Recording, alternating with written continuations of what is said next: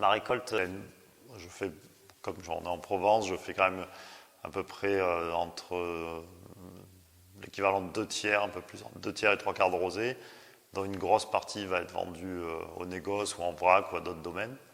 Et après, donc, sur le quart qui reste, je fais du rouge et du blanc aussi, et que je commercialise par mes propres soins. Donc voilà, j'ai un gros volume de rosé, et après plutôt des petites cuvées de blanc et de rouge, quoi. Et quelques petites cuvées de rosé que je garde. Au début, j'avais un œnologue, donc c'est vrai que j'ai utilisé quelques produits qui maintenant seraient interdits en bio. Mais sinon, ça m'a pas trop demandé d'efforts. C'est vrai qu'au début, on trouvait des levures bio. Maintenant, c'est compliqué d'en trouver. Donc, on utilise, pour les cubes de vrac, on utilise des levures qui sont autorisées en bio, mais qui ne sont pas forcément produites en bio. Euh, Après, les quantités de sulfite, c'est pas un problème. Je suis nettement en dessous des valeurs. Euh, et puis, tous les produits, on va dire... sur les vins que je commercialise, je suis en vin, on va dire nature, donc le seul intrant, ça peut être un peu de sulfite.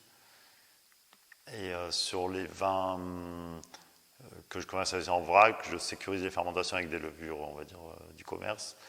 Et après, à part de la bentonite pour les collages, j'utilise aucun produit, quoi.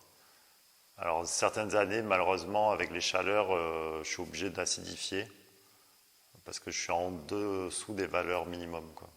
Donc c'est un petit souci, quoi. C'est un petit souci quand on essaye de faire du vin avec le raisin qu'on a ramassé, qu'en fait le vin qui sort n'est pas dans la norme au niveau acidité, quoi. Donc là, voilà, les cuves de vrac AOC rosé cette année, j'ai dû rajouter de l'acide tartrique, c'est parce qu'elles étaient vraiment en valeur trop faible d'acidité. Donc légalement pas commercialisable. Donc, beaucoup de travail, je ne sais pas trop la vinification traditionnelle. C'est vrai que énormément de soins dans tout ce qui est gestion de l'oxygène, donc dans tout ce qui est inertage, pompage, tout ça, remplissage du pressoir. Donc oui, là, quand on travaille sans sulfite, tout ça, il faut faire attention, parce qu'on est sur un produit fragile. Mes cuves à moi, c'est tout ramassé à la main, donc justement pour bien maîtriser l'oxygène, avoir le raisin qui arrive entier à la cave. C'est sûr que c'est des petites cuvées, donc ça demande plus de travail par rapport à l'électrolyte. Quand vous faites des cuves de 10 hectos ou même 5 hectos, c'est plus compliqué, quoi. Ça demande presque autant de travail qu'une cuve de 100 hectos, quoi, parce qu'une fois que vous avez branché et tout ça. Donc voilà, c'est plutôt le côté d'avoir plein de mini-cuves qui demandent du travail que je pense la vinification bio, quoi. Je pense pas. Alors c'est sûr que oui, sur la gestion de la couleur, moi, bon, la gestion de la couleur du rosé, j'en fais pas une priorité, mais c'est vrai qu'il n'y a pas moins de produits, je pense, en bio pour rattraper la couleur si vous avez trop pressé ou quoi. Mais en général, c'est pas trop un souci chez moi, quoi. Alors sur les sulfites, même j'essaye de m'en passer complètement sur tout le côté vinification, puisque je garde des vins même sans sulfite pour moi, du tout.